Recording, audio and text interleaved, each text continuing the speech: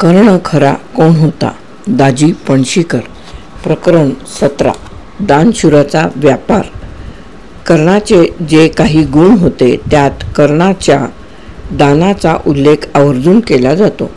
महाभारतकारांनी याचकांचा कल्पवृक्ष असेही वर्णन तो मेल्यानंतर केले आहे. दातृत्वात तो असाधारण शूर होता, म्हणूनच कर्णाला दानशूर असे म्हटले जाते. श्रीराम एकवचनी, परशुराम क्षत्रियांतक, भीष्म प्रतिज्ञा पुरुषोत्तम, विदुर धर्मात्मा, द्रौपदी तेजस्विनी, गांधारी दूरदर्शिनी, युधिष्ठिर अजातशत्रू, नकुल सहदेव सौंदर्यमूर्ती, अर्जुन धनुर्विद्या प्रवीण, भीम शरीर सामर्थ्याचा महामेरू, दुर्योधन दुष्ट, दुःशासन मदांध, अश्वत्थामा तेजस्वी आणि आततायी ही जशी या सगळ्यांची ठळक म्हणून वैशिष्ट्ये सांगता येतील, तद्वतच दातृत्व हा कर्णाचा महनीय गुण म्हणून वर्णिला जातो. दातृत्वाच्या बाबतीत कर्णही कमालीचा जागरूक आहे.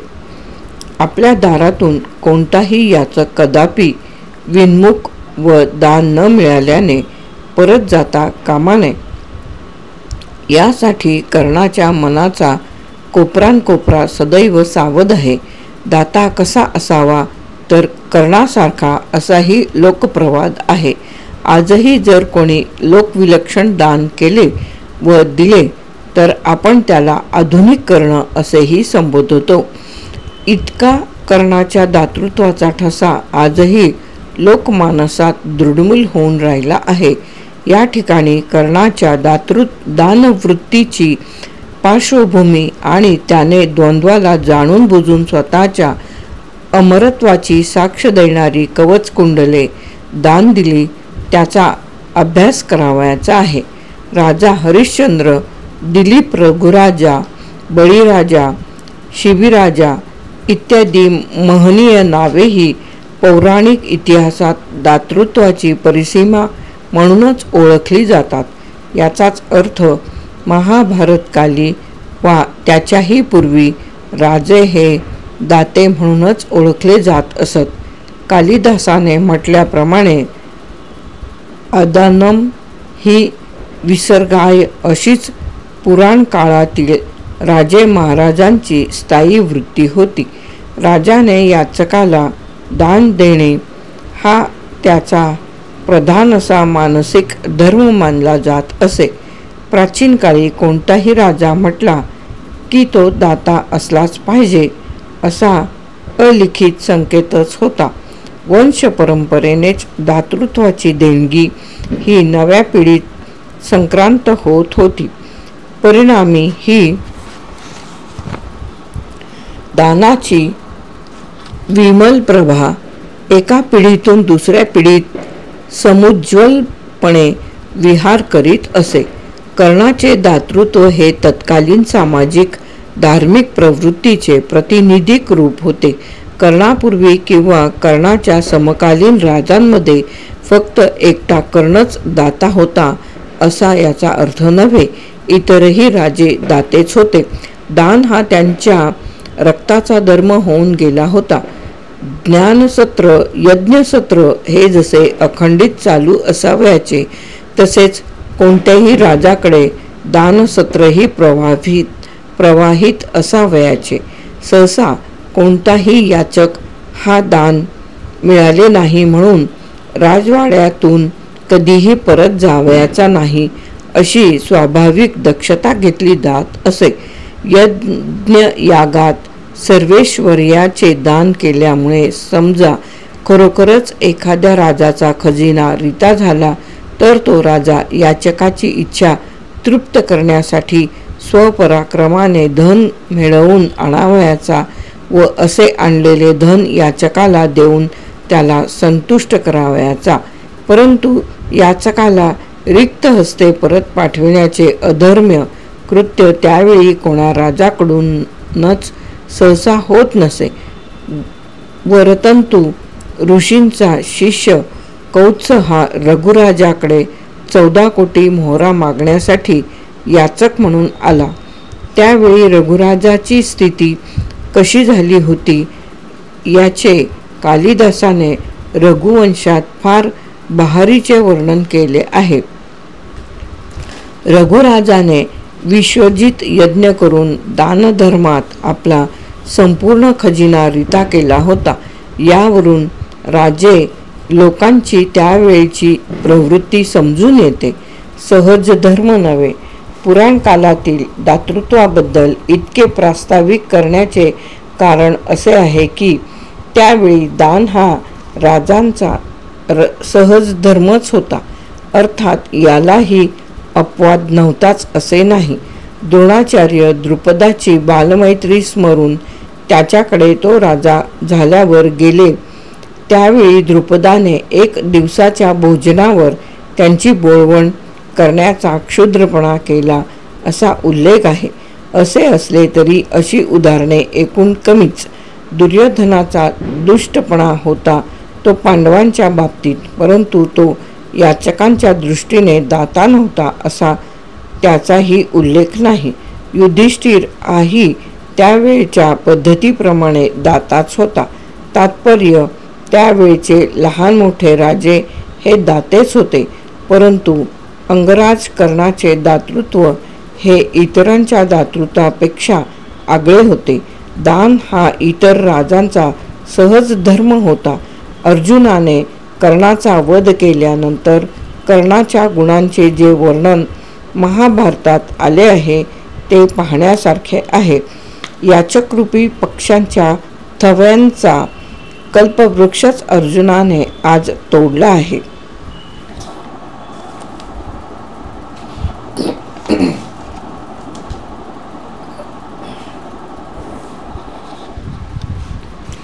ज्याने फक्त देतो असा एकच शब्द अखेरपर्यंत ऐकविला व नाही असा शब्द कधीही ऐकविला नाही तो कर्ण आज संपला. ज्याचे सर्व धनच काय पण प्रत्यक्ष जीवित देखील ब्राह्मणांसाठीच होते तो कर्ण आज मृत झाला. वरील प्रत्येक कर्णपर्वातील अध्याय 94 मधील आहेत.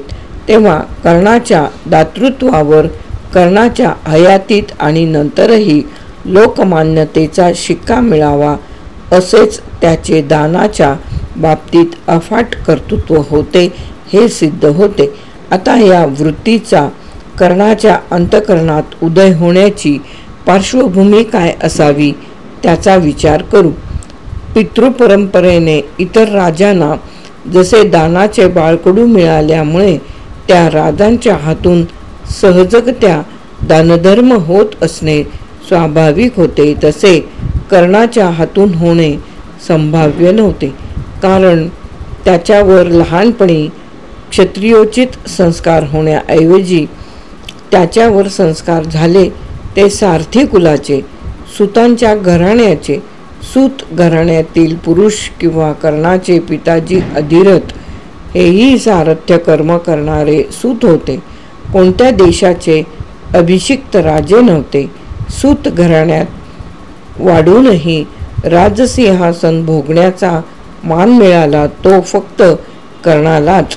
दुर्योधनानेच कर्णाला अंगदेशाचे राज्य देऊन अंगराज केले होते. शस्त्रास्त्र प्रदर्शनात अर्जुनाच्या तोडीस तोड असे धनुर्विद्येतील प्रावीण्य कर्णाने प्रकट केले. त्यावर भाळूनच आणि प्रभावित होऊन दुर्योधनाने कर्णाला अंगदेशाचे राज्य दिले. त्यावेळी तरी केवळ असाधारण दातृत्वाबद्दल कर्णाची ख्याती नव्हती, आणि तशी ख्याती असतीच तर केवळ त्याच एका गुणामुळे दुर्योधनानेही कर्णाला अंगदेश दिलाच नसता. मग इतर राजे शौर्य पराक्रम प्रजापालन यज्ञयाग करताना दानही सातत्याने करतात ते पाहून का कर्णाने दानवृत्तीचा अंगीकार केला? तो जन्माला आला त्यावेळी जसे कवचकुंडल व प्रचंड सामर्थ्य घेऊनच जन्माला आला. सूर्याचे तेज घेऊनच प्रकट झाला असे जे वर्णन त्याच्या जन्माच्या वेळी केले आहे, तसे ते जन्मतःच महान दाता जन्मला असे वर्णन महाभारतात नाही. इतर राजांची दानक्रिया पाहून समजा कर्णाने दानधर्म सुरू केला असता तर तो इतर राजांसारखाच एक सामान्य दाता झाला असता. परंतु कर्णाने जे एकदा दानव्रत स्वीकारले त्यात तो अजरामर का झाला याचा शोध पुढील घटनेत सापडतो. पांडव वनवासात गेल्यावर दुर्योधनाच्या मनात राजसूय यज्ञ करण्याचा इच्छा निर्माण झाली, परंतु पुरोहिताने नकार दिला व त्याऐवजी वैष्णव नावाचा यज्ञ करण्यास दुर्योधनाला पुरोहिताने सुचविले. कीर्तीसाठी धडपडणाऱ्या दुर्योधनाने तो यज्ञ यथासांग पूर्ण केला तरी त्यात कर्णाला समाधान नव्हते. युधिष्ठिराप्रमाणे दुर्योधनानेही राजसूयच यज्ञ करावा अशी कर्णाची तीव्र इच्छा होती, परंतु धृतराष्ट्र व युधिष्ठिर जिवंत असेपर्यंत तो यज्ञ करता येणार नाही हेही कर्णाला माहीत होते.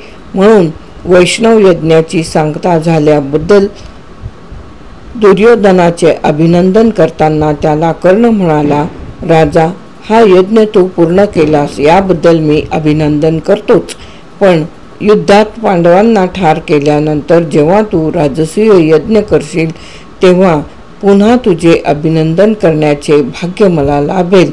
दुर्योधनाची भलावण करण्याचे निमित्त करून कर्णाने यावेळी पुन्हा एकदा पांडवांविषयी गरळ ओकून घेतली. त्यावेळी पांडवांच्या नाशाची तळमळ दुर्योधनाने कर्णाजवळ बोलून दाखवली. ती तळमळ व्यथा ऐकून दुर्योधनाला प्रफुल्लित करण्यासाठी म्हणून कर्ण जे येथे बोलला आहे त्यातच त्याच्या दानवृत्तीचे बीज सापडते. वस्तुस्थितीवरच यामुळे अधिक प्रकाश पडणार आहे. कर्ण दुर्योधनाला म्हणतो, राजश्रेष्ठ दुर्योधना, जोपर्यंत अर्जुनाला मी ठार मारणार नाही तोपर्यंत मी दुसऱ्या कोणाकडूनही पाय धुवून घेणार नाही. महाभारताचा टीकाकार निळकंठ म्हणतो त्याप्रमाणे जर अर्थ घेतला तर अर्जुन जिवंत असेपर्यंत दुसऱ्या कोणाकडूनही मी माझ्या पायावर पाणी घालून घेणार नाही असाही अर्थ करता येईल. दुर्योधनाला उत्साहित करण्याच्या नादात कर्ण पुढे जे बोलला ते फार महत्त्वाचे आहे. कर्ण म्हणतो, जोपर्यंत अर्जुनाला ठार करणार नाही तोपर्यंत मी पाण्यात निर्माण होणारे मासे, कमलबीज वगैरे पदार्थ खाणार नाही. माझ्याकडे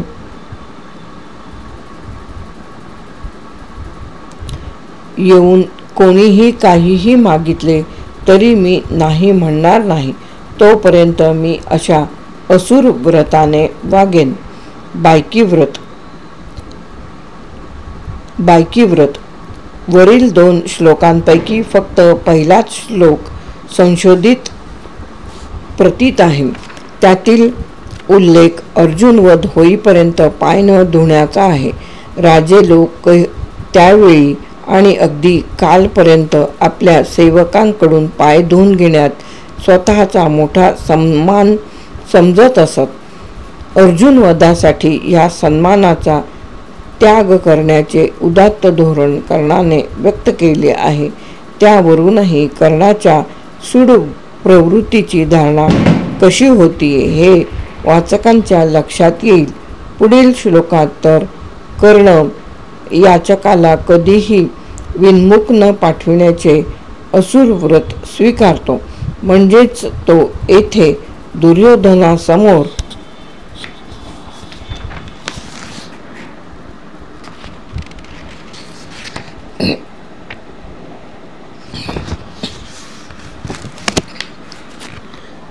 प्रथमच अर्जुनाची प्रतिज्ञा करतो. एखाद्या शूर योद्ध्याने आपल्या तुल्यबळ असलेल्या शत्रूच्या वधाची प्रतिज्ञा करावयाची असते. प्रतिज्ञा केल्यानंतर पथ्ये पाळावयाची असतात.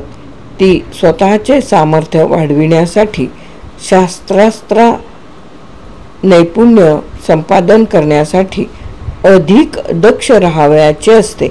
एखाद्याच्या वधाची प्रतिज्ञा उच्चारताना स्वतःच्या प्राणांचीही बाजीपणाला लावावयाची असते.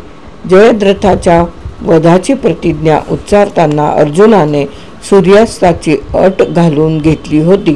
प्रतिज्ञेप्रमाणे जयद्रथ ठार न झालाच तर अग्नीकडे भक्षण करून प्राणत्यागाची ही भीषण व आत्मघातकी प्रतिज्ञा तो बोलला होता ते जाऊ द्या, पण कर्णवधाची अर्जुनाने प्रतिज्ञा केली त्यावेळी अर्जुनाने स्वतःच्या आत्मविश्वासावरच ती प्रतिज्ञा केलेली होती. निदान द्यूत सभेत ती प्रतिज्ञा करताना पुढे 13 वर्षानंतर श्रीकृष्ण आपले सारथ्य करील अशी तर अर्जुनाला कल्पना नव्हती ना. तरीही अर्जुनाने कर्णवधासाठी कोणताही सन्मान सोडण्याचा पोरकटपणा केलेला नाही. एकतर अर्जुनाच्या वधाची प्रतिज्ञा करण्याचा कोणताही बिकट प्रसंग कर्णावर ओढवलेला नाही. दुर्योधनाच्या मनातील भीती दूर करावी म्हणूनच जर कर्णाची ही प्रतिज्ञा होती तर विराट पर्वात विराटाच्या गायी पळविताना तशी नामी संधी कर्णाला चालून आली होती. गायी सोडवून नेण्यासाठी अर्जुन तर अगदी एकाकी चालून आलेला होता आणि कर्णाच्या मदतीला भीष्म, द्रोण, कृप, अश्वत्थामा, दुर्योधन इत्यादी कौरवांचे आघाडीचे अतिरथी महारथी होते. पण इतके असूनही अर्जुनाचा वध तर राहोच, पण त्याचा साधा पराभवही कर्णाला करता आलेला नाही. उलट अर्जुनानेच एकदा सोडून 2 वेळा कर्णाचा पराभव करून त्याला रणांगणातून पळवून लावले. त्याचे उत्तराकरवी अर्जुनाने वस्त्रहरण केले. तेव्हा एखाद्याच्या वधाची प्रतिज्ञा करताना पथ्ये काय पाळावयाची याचेही तारतम्य कर्णाने पाळलेले दिसत नाही. उलट अर्जुन वध होईपर्यंत आपण पाय धुणार नाही, मासे खाणार नाही, याचकाला विन्मुख परत पाठवणार नाही असली पोरकट आणि मूर्ख विधाने दुर्योधनासमोर कर्ण करतो. कारण कर्णाच्या जीवनातील अंतिम आणि परमोच्च उद्दिष्टच अर्जुन वध हे आहे. अर्जुनाच्या सुडापायी हा माणूस दिवसेंदिवस पशु होत चालला आहे. पाय धुवून न घेणे, मासे न खाणे, याचक विन्मुख न पाठवणे याचा आणि अर्जुनाला ठार मारण्याचा काही संबंध आहे का? का अर्जुनाला माजघरात नेऊन गुपचूप ठार करण्याचा मनसुबा होता कर्णाचा? अर्जुनाला रणांगणातच ठार करावयाचे होते ना कर्णाला. मग असली बायकी व्रते करायला का प्रवृत्त झाला कर्ण? रणभूमीशी सुतराम संबंध नसलेल्या गोष्टींचा त्याग कर्ण का करतो? अर्जुन वधासाठी याचकाला कधीही यापुढे नाही म्हणणार नाही असे कर्ण का म्हणतो? अर्जुनाचा वध नि कर्णाचे दान यांचा काही अनन्य संबंध आहे का? असाट आणि अफाट दान केले म्हणजे अपेक्षित शत्रूचा रणांगणात वध होतो असा तो एक मंत्राचा प्रयोग होता का? एका जीवाचा बळी घेणे आणि त्यासाठी याचकाला अविरत दान देण्याची प्रतिज्ञा करणे यांचा परस्पर संबंध होता काय? कर्णाच्या याच दान व्रताच्या निर्मितीतून अनेक प्रश्नही निर्माण होत आहेत. दान करण्याच्या प्रतिज्ञेमुळे जर अर्जुनाच्या वधाची पूर्वतयारी होण्याची शक्यता असती तर तशी प्रतिज्ञा करण्यापेक्षा दुर्योधनाला करणे अधिक शक्य आणि सोपे होते. कारणे 2. अर्जुन हा अत्यंत बलशाली योद्धा असून तो 5 पांडवांपैकी एक होता. म्हणजे तो दुर्योधनाचा खरा शत्रू. पांडवांशी शत्रुत्व आधी मांडले दुर्योधनाने, तेही कौरवांच्या राज्याचे पांडव वाटेकरी होतील म्हणून, तेव्हा अर्जुनाशी किंवा पांडवांशी शत्रुत्व निर्माण केले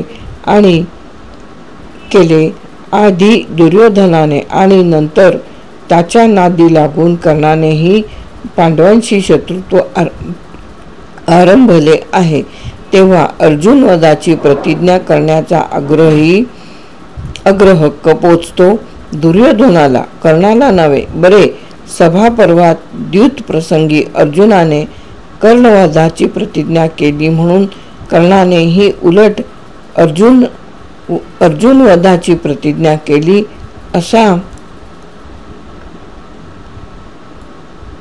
असं म्हणावं तर मध्यंतरी त्यासाठी इतका वेळ का लावला कर्णाने? अर्जुनाने तर भर सभेत कर्णासमोरच त्याच्या वधाची प्रतिज्ञा केलेली आहे. मग 13 वर्षांच्या प्रदीर्घ वनवासासाठी पांडव हस्तिनापुरातून सोडून गेल्यानंतर व दुर्योधनाने वैष्णव यज्ञ केल्यानंतर नथीतून तीर मारावा अशा बायकी आविर्भावात एखाद्या राजाच्या खुशमस्कऱ्याला शोभेल अशा थाटात कर्ण अर्जुन वधाची प्रतिज्ञा का करतो आणि त्यासाठी कोणाही याचकाला दारातून विन्मुख न पाठवण्याचीही बालिश प्रतिज्ञा तो करतो? दुसरे कारण, याचकाला विन्मुख न पाठवण्याची प्रतिज्ञा दुर्योधनाने करणे शोभावह तरी झाले असते. कारण कितीही झाले तरी दुर्योधन हा कुरु साम्राज्याचा सम्राट आहे. अनेक देश त्याच्या मांडलिकत्वाखाली आहेत. त्यात पांडवांनी मिळविलेली संपत्ती, भूभाग, सर्व ऐश्वर्यही दुर्योधनाने गिळंकृत केलेले आहे. तेव्हा कौरवेश्वराचा खजिना, त्याचे कोशागार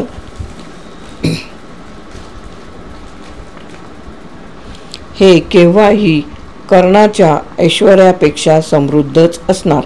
कर्ण एकतर आगंतुक राजा, त्यात अंगदेशाच्या सीमा त्या किती, दुर्योधनाच्या मानाने कर्णाचा खजिना कितीसा दिमाग दाखविणार. दुर्योधनाच्या मानाने कर्णाचा खजिना कितीसा दिमाग दाखविणार.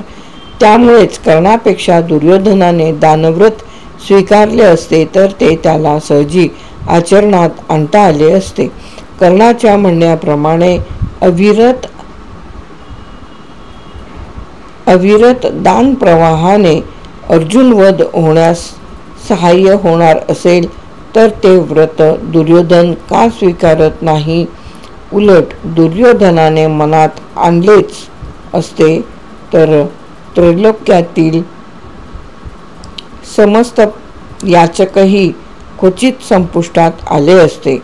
परंतु दुर्योधनाचे ऐश्वर्य रिते झाले नसते.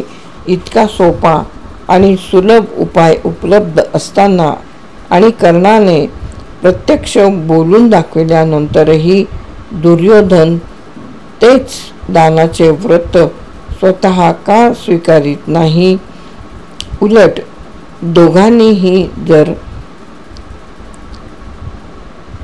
दोघांनीही जर समजा दानाचा सपाटा लावला असता तर 18 दिवस युद्ध करण्याचा प्रसंग दुर्योधनावर आलाही नसता. शिवाय दुर्योधन आणि कर्ण या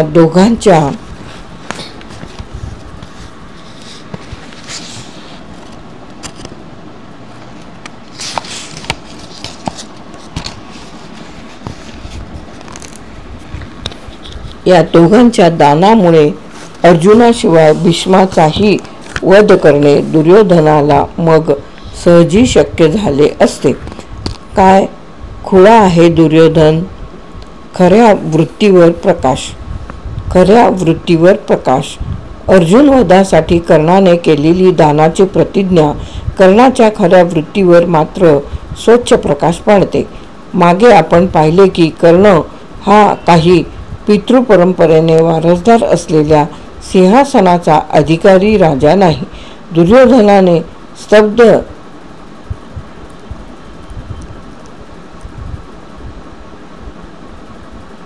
दुर्योधनाने राज्य दिले नसते तर कर्णाने स्वतःच्या बाहुबळावर एखादा देश मिळविला असता की नाही हा प्रश्न नंतरचा. परंतु ज्या अंगदेशाचा अधिपती कर्ण झाला किंवा त्याला अधिपती केले गेले तो देश त्याला दान मिळाला होता.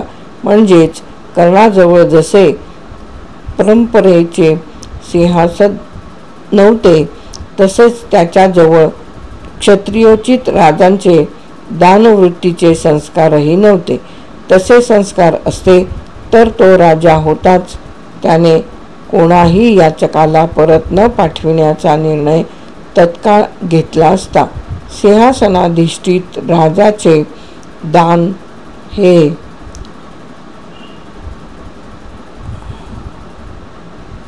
अपरिहार्य व्रत म्हणून त्याने ते अमरणांत पाळण्याची घोषणा केली असती. याचाच अर्थ अंगराज झाल्यानंतर कर्ण दान करत असलाच तर तो त्याबाबत अधिक मनापासून ते दान करीत नसला पाहिजे किंवा दानवृत्तीचा उदय त्याच्या अंतःकरणात झाला नसला पाहिजे. न पेक्षा आताच इतक्या विलंबाने मी अर्जुन वध होईपर्यंत याचकाला नाही असे कदापि म्हणणार नाही असे कर्ण बोललाच नसता. म्हणजेच यापूर्वी त्याने एकतर याचकाला नाही असे म्हटले असले पाहिजे, याचकाच्या बाबतीत फार मनावर घेतले नसले पाहिजे किंवा यापूर्वी कर्णाने कधी दान देण्यासाठी हात पुढे केला नसला पाहिजे.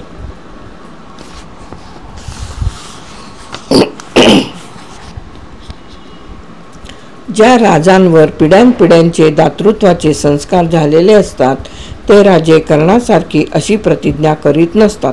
कारण प्रतिज्ञा करण्या इतका प्रौढपणा अंगी येण्यापूर्वीपासून बालवयातच अशा राजपुत्रांनी दानवृत्तींचा अखंड प्रवाह पाहिलेला असतो. सातत्याने बालवयापासून तो राजपद स्वीकारीपर्यंत निरपेक्ष शुद्ध सात्विक दानाचे संस्कार अंतरंगावर उमटलेले असतात. त्याच संस्कारांची अमीट छाप मनावर कोरली गेली असते. असेच संस्कार संपन्न राजपुत्र जेव्हा सिंहासनाचे अधिकारी होतात तेव्हाच त्यातून हरिश्चंद्र, रघु, दशरथासारख्या विश्वविख्यात राजांची श्रेयनामावली आकार भावास येत असते. अशा राजांना मग याचकाला नाही म्हणणार नाही अशी दांभिक प्रतिज्ञाही करावी लागत नाही. विश्वामित्रासारखा याचक आपल्या दारातून परत जातो म्हटल्यानंतर दशरथाने आपले प्राणप्रिय राम लक्ष्मण त्याच्या अधीन केले ते त्याच्यावर रघुकुलाचे दानवृत्तीचे संस्कार होते. म्हणूनच असे संस्कार बालवयात कर्णावर झाले होते का? नव्हते. आणि म्हणूनच त्याला दानव्रताची प्रतिज्ञा करावी लागलेली आहे. जो राजा दाता असतो तो स्वप्नात दान दिलेल्या राज्यावर पाणी सोडून राजा हरिश्चंद्र होतो. जो बळी असतो तो प्रत्यक्ष विष्णूला वामन व्हायला भाग तर पाडतोच, पण वामनाचे तिसरे पाऊल ठेवायला भूमीच उरली नाही म्हणून आपले मस्तक त्या तिसऱ्या पावलासाठी पुढे करतो.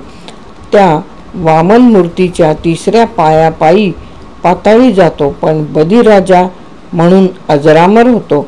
तो दाता असतो तो फक्त निरपेक्ष भावनेनेच देत असतो, बोलत नसतो. जो दाता असतो तो आपले दान प्रतिज्ञेने जगजाहीर करीत नाही तर याचक त्याची कीर्ती सर्वदूर पसरवित असतात.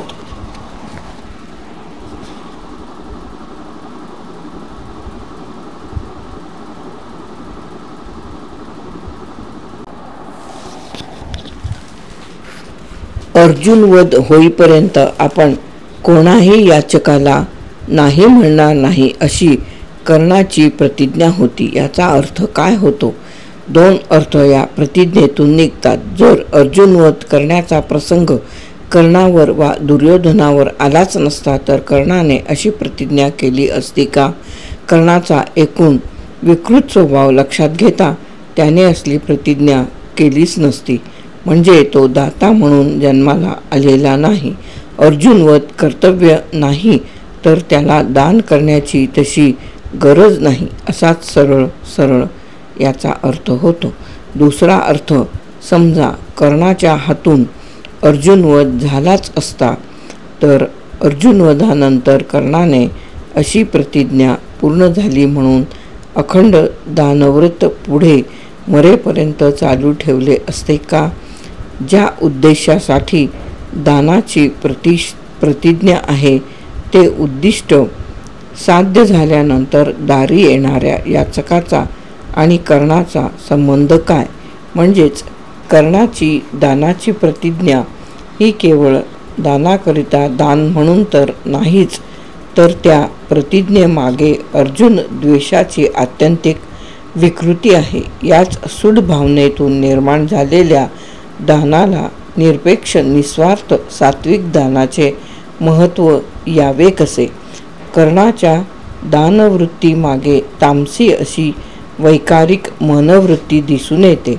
अर्जुन वधासाठी दानवृत्ती स्वीकारण्याचे कर्ण जाहीर करतो. यात दुर्योधनाला उत्साहित करण्याचा कर्णाचा उद्देश स्पष्टच आहे. पण तेवढाच उद्देश मर्यादित नाही. अखंड दान करण्याचे घोषित करण्याचा सरळ दिसणारा उद्देश म्हणजे कर्णाकडून दान घेऊन संतुष्ट झालेले याचक जे आशीर्वाद देतील व दानधर्माच्या निमित्ताने गाठी पुण्यसंचयाची जी शिदोरी जमा होईल त्याची गरज कर्णाला या ठिकाणी स्पष्ट भासते आहे. एक तर दानातून पुण्याची अपेक्षा ठेवली तरीही ते निरपेक्ष दान होत नाही. पण समजा दानधर्मामुळे पुण्यसंचय होत असलास तर त्या दानाचा उद्देश निदान सात्विक तरी असायला हवा. कर्णाचा उद्देश अर्जुनवध हा आहे.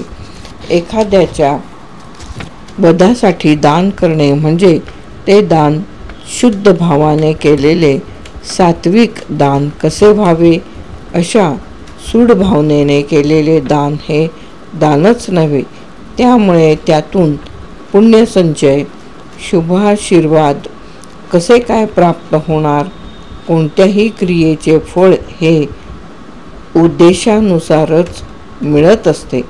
जोंधळा पेरून आंबेमोहोर तांदूळ कसा यावा?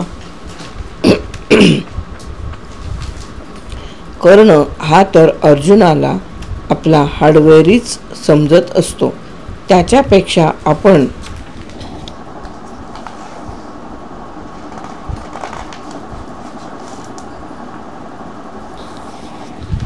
सर्वच बाबतीत श्रेष्ठ असल्याचा कर्णाला गर्वही असतो.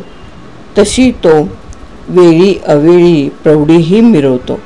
अर्जुनाशी युद्धात स्पर्धा करण्याच्या उद्देशाने कर्ण तर द्रोणाचार्याकडे ब्रह्मास्त्रही मागतो.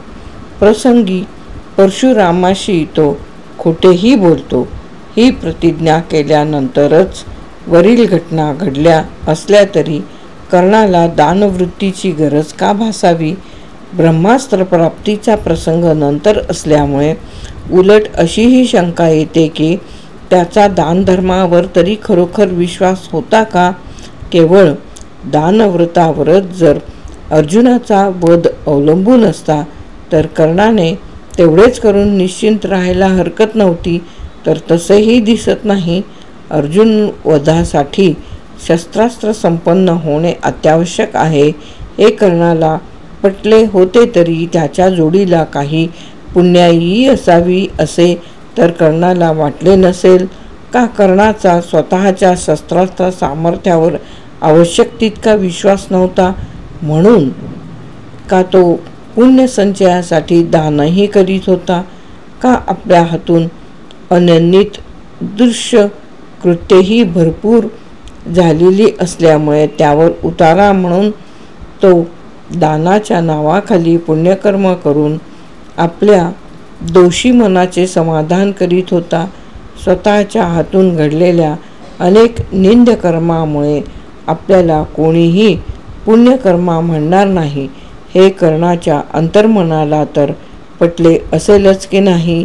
ही प्रतिज्ञा करण्यापूर्वी त्याच्या अर्जुनासमोर टिकाव न लागल्यामुळे शौर्याच्या बाबतीतही त्याचे नाव अजरामर होण्याची शक्यता कर्ण गमावून बसला होताच. तेव्हा या दोन्ही प्रधान बाजू पूर्वीच कोलमडून पडल्यामुळे आता अजरामर होण्याचा निर्वेद मार्ग म्हणून तर कर्णाने हे दानाचे व्रत जाहीररित्या स्वीकारले नसेल. काहीही झाले तरी अर्जुन जिवंत असेपर्यंत आपला प्रभाव पडणार नाही आणि पांडव जिवंत असेपर्यंत आपली दुष्कर्मेही झाकली जाणार नाहीत याची मनोमन खात्री होऊन चुकल्यामुळेच कर्णाने येन केन प्रकारेण अर्जुनवध हे आपले जीवनातील अंतिम लक्ष्य ठरविले असणार आणि अर्जुनवधासाठीच जे अनेक उपाय योजावयाचे त्यात अखंड दानाचाही उपाय त्याने अवलंबवावयास सुरुवात केलेली आहे असाच सरळ अर्थ या घटनेतून निघतो. पांडवांपैकी भीम, अर्जुन, सहदेव यांनीही जाहीर प्रतिज्ञा केलेल्या आहेत. दुःशासनाची छाती फोडून रक्त पिण्याची प्रतिज्ञा करताना भीमाने ती सभेतच केलेली आहे, पण त्यासाठी त्याचा स्वतःच्या बलदंड सामर्थ्यावर पूर्ण विश्वास होता. तसा भीमाला आत्मविश्वास नसता तर एकतर त्याने असा मूर्ख आतताईपणा केला नसता किंवा आत्मविश्वास नसता आणि भीमाने प्रतिज्ञा केली असती तर कर्णासारखीच एखाद्या पुण्यकृत्याची जाहीर घोषणा त्याने केली असती.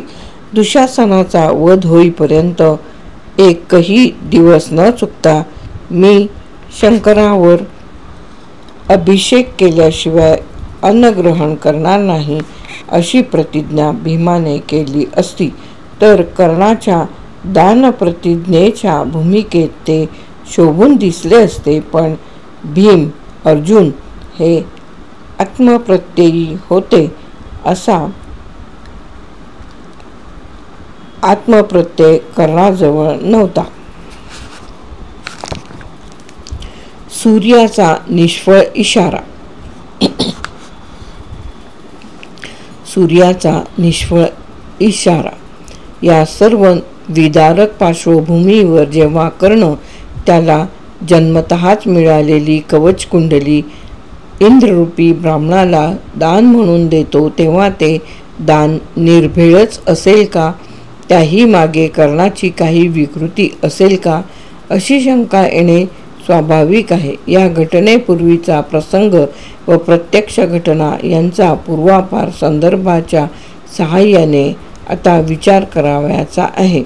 जन्मतःच कर्णाला मिळालेली अमरत्वाची निदर्शक कवचकुंडले त्याच्याकडून दान म्हणून मागून घ्यावयाची व त्याला कायमचा निष्प्रभ करावयाचा असा बेत इंद्राने अर्जुनाच्या हितासाठी म्हणून केला. कर्णाच्या दानशूरत्वाची कीर्ती जगात सर्वत्र गाजत होती. कर्ण ह्या ब्राह्मणाला कधीही विन्मुख पाठवित नाही असाही त्याचा लौकिक दुमदुमत होता.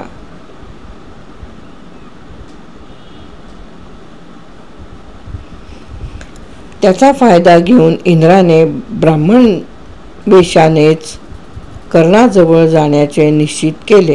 इंद्राचे हे गुप्त कारस्थान कर्णाचा पिता सूर्य याला अखेरीस कळलेच. त्यानेही पुत्रवात्सल्यामुळे कर्णाला स्वप्नात येऊन इंद्राच्या कारस्थानाची वार्ता सांगून सावध करण्याचा प्रयत्न केला.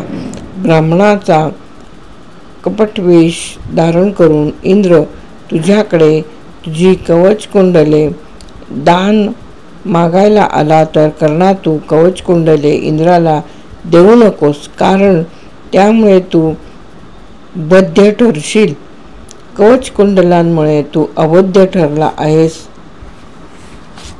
ती जोपर्यंत तुझ्याकडे आहे तोपर्यंत रणात शत्रू तुझा कधीही पराभव करू शकणार नाहीत.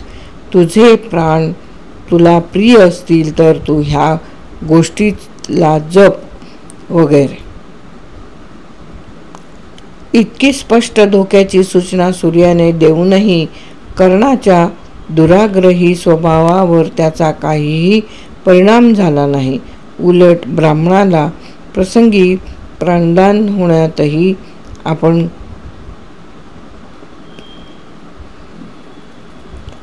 कमी करणार नाही, कारण आपले दानाचे व्रत सर्व जगाला माहीत आहे. अशी शेखी सूर्याजवळ कर्ण मिरवतो आणि इंद्र ब्राह्मण रूपाने आला तरी मी त्याच्या व्रतापासून न ढळता त्याला माझी कवच कुंडले मी देईन असे कर्ण सूर्याला निक्षून सांगतो. कर्णाचा दानाचा इतका आग्रह का? तर दानशूरत्वाला त्यामुळे कलंक लागू नये अशी कर्णाची मनीषा आहे. मनुष्य हा नश्वर आहे, तो केव्हा तरी मृत्यू पावणारच, पण कीर्ती ही मात्र मनुष्य मेल्यानंतर टिकून राहते, म्हणून ती टिकविणे हा खरा पुरुषार्थ आहे असेही कीर्तीचे तत्वज्ञान कर्ण सूर्याला सांगतो. परोपरीने सांगूनही कर्ण ऐकत नाही. तेव्हा सूर्याने कर्णाला एक सोपा उपाय सुचविला. कवच कुंडलांचे इंद्राला दान देताना निदान त्याच्याकडून त्याची अशी खास अमोघ वासवी शक्ती तरी मागून घेण्याची कर्णाला युक्ती सुचवून सूर्य निराश होऊन निघून गेला.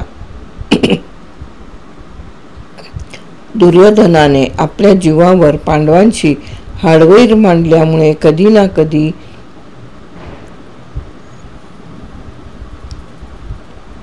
महायुद्ध होणारच याची कल्पना कर्णाला होतीच. त्याचबरोबर अर्जुनवधाची प्रतिज्ञाही त्याने केली.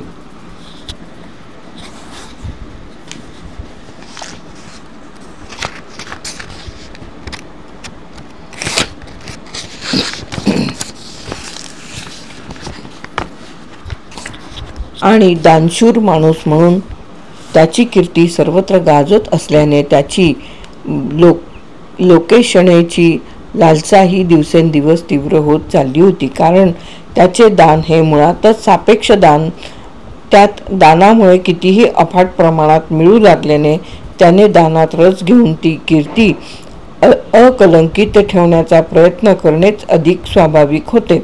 हे सर्व जरी खरे होते तरी सूर्याने येऊन धोक्याचा कंदील दाखविल्यामुळे कर्णासमोर मोठाच पेच पडला.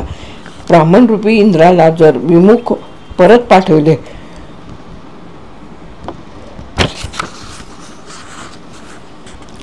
तर आजवरच्या आपल्या कीर्तीला कलंक लागणार. कीर्ती ही कशी संरक्षणीय असते हे त्यानेच सूर्याला समजावले होते. बरे, कीर्तीच्या लालसेपायी कवच कुंडले इंद्राला द्यावीत तर आपल्या अमरत्वाला बाध येणार आणि अर्जुनाकडून आपला पराभव होणार अशा पेचात कर्ण सापडला. अशा वेळी अत्यंत आत्मकेंद्रित माणसे जे नेहमी करतात तेच यावेळी कर्णाने केलेले आहे.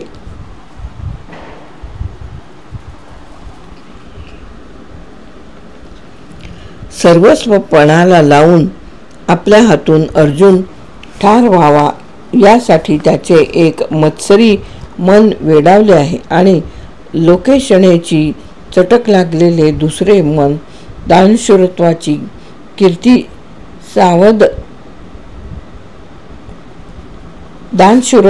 कीर्ती सर्वश्रेष्ठ असे त्याला बजावित आहे.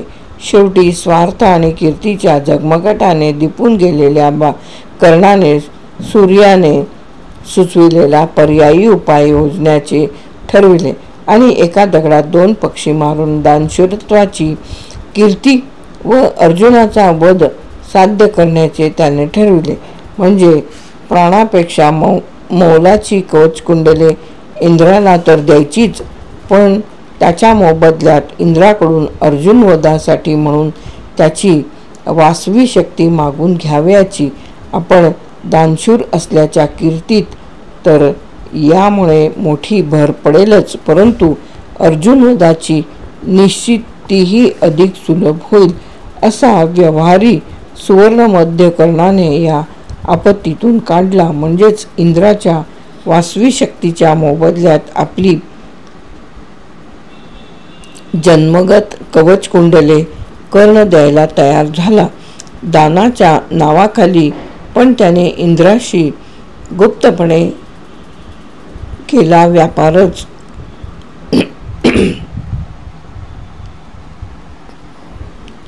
करार करून केले जाते ते शुद्ध दान असते का?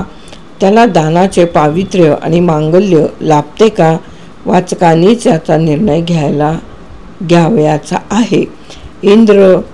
इंद्ररूपी ब्राह्मणाला उद्देशून काही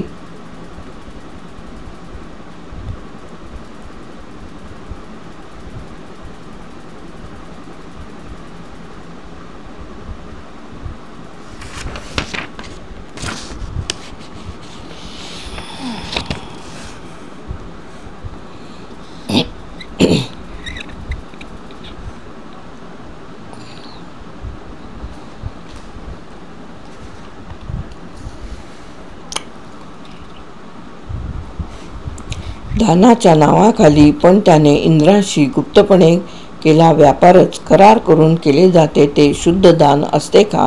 त्याला दानाचे पावित्र्य आणि मांगल्य लाभते का? वाचकांनीच याचा निर्णय घ्यावयाचा आहे. इंद्ररूपी ब्राह्मणाला उद्देशून कर्णाने घातलेल्या अटीत विनिमय हा शब्दच त्याने सरळ सरळ वापरला आहे. इंद्रा, मी जर तुला माझी कवचकुंडले दिली तर मी मर्त ठरेन, वध्य ठरेनच, शिवाय तुझेही हसे होईल. म्हणून माझ्या कवचकुंडलांच्या मोबदल्यात जर तू मला काही देणार असलास तरच, म्हणजे तसे वचन मिळाले तरच मी तुला माझी कवचकुंडले देईन. न पेक्षा मी ती तुला देणार नाही. इंद्राची मेख. इंद्र ही हुशार. त्याने एक वज्र सोडून काहीही मागून घेण्यास कर्णाला सांगितले. इंद्राचा होकार मिळताच मोठ्या संतुष्ट मनाने कर्णाने इंद्राकडे त्याची अमोघ शक्ती मागितली व त्याला कवचकुंडले देऊ केली. कर्णाने आपली अमोघ शक्ती मागताच इंद्राने त्यातही एक मेख मारून ठेवली. कवचकुंडलांच्या मोबदल्यात मी तुला शक्ती देईन, पण त्यात माझी एक अट आहे असे सांगून इंद्र कर्णाला ती अट सांगतो. माझी वासवी अमोघ शक्ती मी तुला देईन, परंतु ती हातात आल्यावर गर्जना करणाऱ्या व तळपणाऱ्या तुझ्या एका अत्यंत बलाढ्य शत्रूला ती ठार करेल व तत्काळ ती शक्ती माझ्याकडे परत येईल. इंद्राने ही अट घातली व कर्णाने ती मान्यही केली.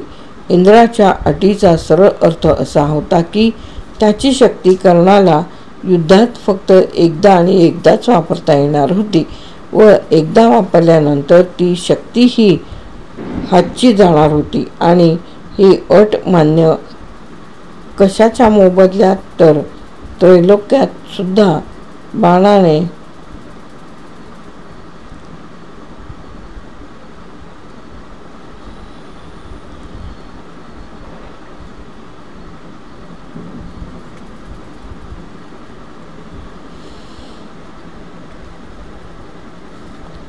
व एकदा वापरल्यानंतर ती शक्तीही हातची जाणार होती. आणि ही अट मान्य कशाच्या मोबदल्यात? तर त्रैलोक्यात सुद्धा कर्णाला कोणीही ठार करू शकणार नाही अशा कवचकुंडलांच्या बदल्यात. महायुद्ध म्हणजे काही एकाच शत्रूच्या वधाचा खटाटोप नसतो आणि कर्णाला काय फक्त एकच बलाढ्य शत्रू होता? असे असता तर अमरत्वावर पाणी सोडून त्या बदली एक वीरघातिनी अशी इंद्राची शक्ती कर्णाने का स्वीकारली आणि त्याने केलेल्या अर्जुनवधाच्या प्रतिज्ञेचे मग काय? कीर्ती आणि दान यांचा सौदा करताना इतका तो बेभान झाला की त्याला आपल्या प्रतिज्ञेचे विस्मरण व्हावे. कीर्तीचीही नशा चढते नाही असे नाही, पण किती? ज्यावेळी अर्जुनवधासाठी दानाची प्रतिज्ञा कर्णाने केली त्यावेळी प्रसंगी व्यापार करावा लागला तरी चालेल, पण मी दान देईनच असे तर त्याने म्हटले नव्हते. यापूर्वीही कवचकुंडले जवळ असूनही अर्जुनासमोर कर्णाचा टिकाव लागला नाही, म्हणून त्याला अर्जुनवधाच्या दृष्टीने कवचकुंडले कमी मोलाची वाटली. त्यापेक्षाही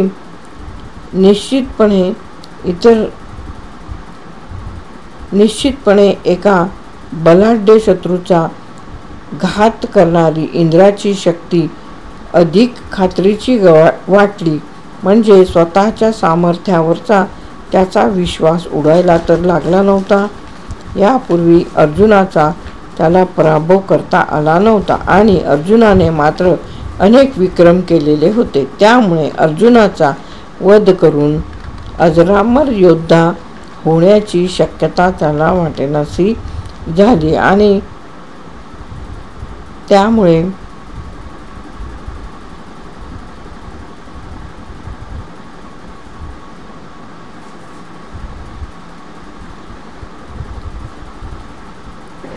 त्यामुळे अर्जुनाचा वध करून अजरामर योद्धा होण्याची शक्यता त्याला वाटेनाशी झाली आणि म्हणून तर नाही ना त्याने आपली लाख मोलाची कवचकुंडले इंद्राला देऊन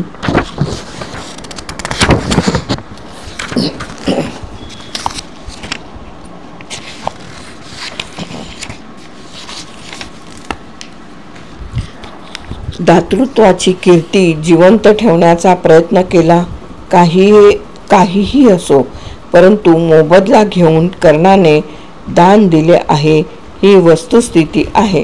कर्ण इंद्राला म्हणाला, ज्याच्यापासून मला भीती आहे अशा एकाच गर्जना करणाऱ्या आणि रणात तळपणाऱ्या शत्रूचा महायुद्धात वध करण्याची माझी इच्छा आहे. आता असा हा भय निर्माण करणारा कर्णाचा एवढा बलाढ्य शत्रू कोण असणार अर्जुना वाचून? ज्याच्या वधासाठी म्हणून कर्णाने इंद्राकडून ही वासवी शक्ती स्वीकारली.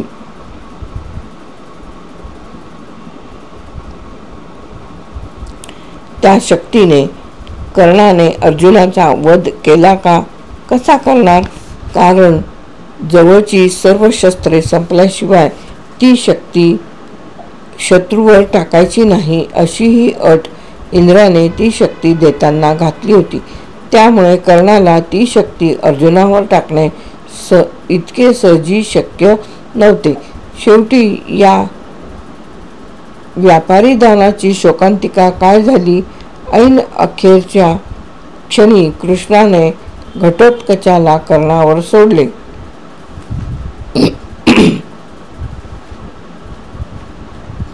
आणि त्या राक्षसाचा मारा अनावर होऊन कौरव सैन्याची अजिजीची विनवणी मान्य करून कर्णाला इंद्राने दिलेली शक्ती घटोत्कचावर सोडणे भाग पडले. काय तडफड झाली असेल त्या क्षणी कर्णाची! कीर्तीच्या अभिलाषेने प्राणसंरक्षण करणारी कवचकुंडले आधीच तो गमावून बसला आणि आता अर्जुनाला ठार करणारा ओकमी एक्काही गमावून बसला. इंद्राच्या शक्तीने घटोत्कच मेला, पण त्याच क्षणापासून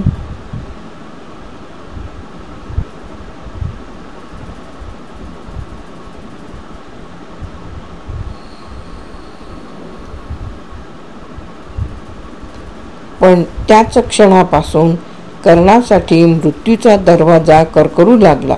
अत्यंत आत्मकेंद्रित माणसे शेवटी आपली दयनीय अवस्था कशी करून घेतात तर कर्णासारखी, असे अत्यंत खेदाने म्हणावे लागते. एकाच दगडात दोन पक्षी मारण्याच्या मोहात कर्णाने दुर्योधनाचा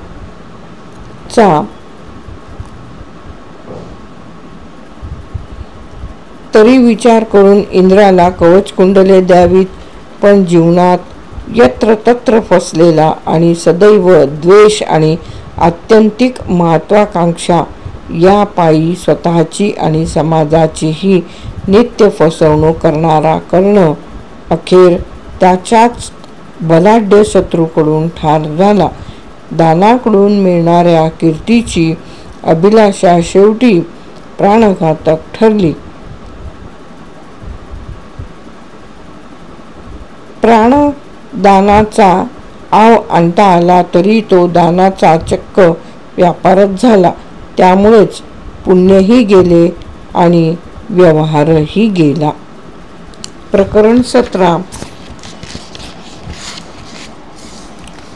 प्रकरण 17 दानशूराचा व्यापार येथे समाप्त. प्रकरण 17 दानशूराचा व्यापार. कर्ण खरा कोण होता? दाजी पणशीकर.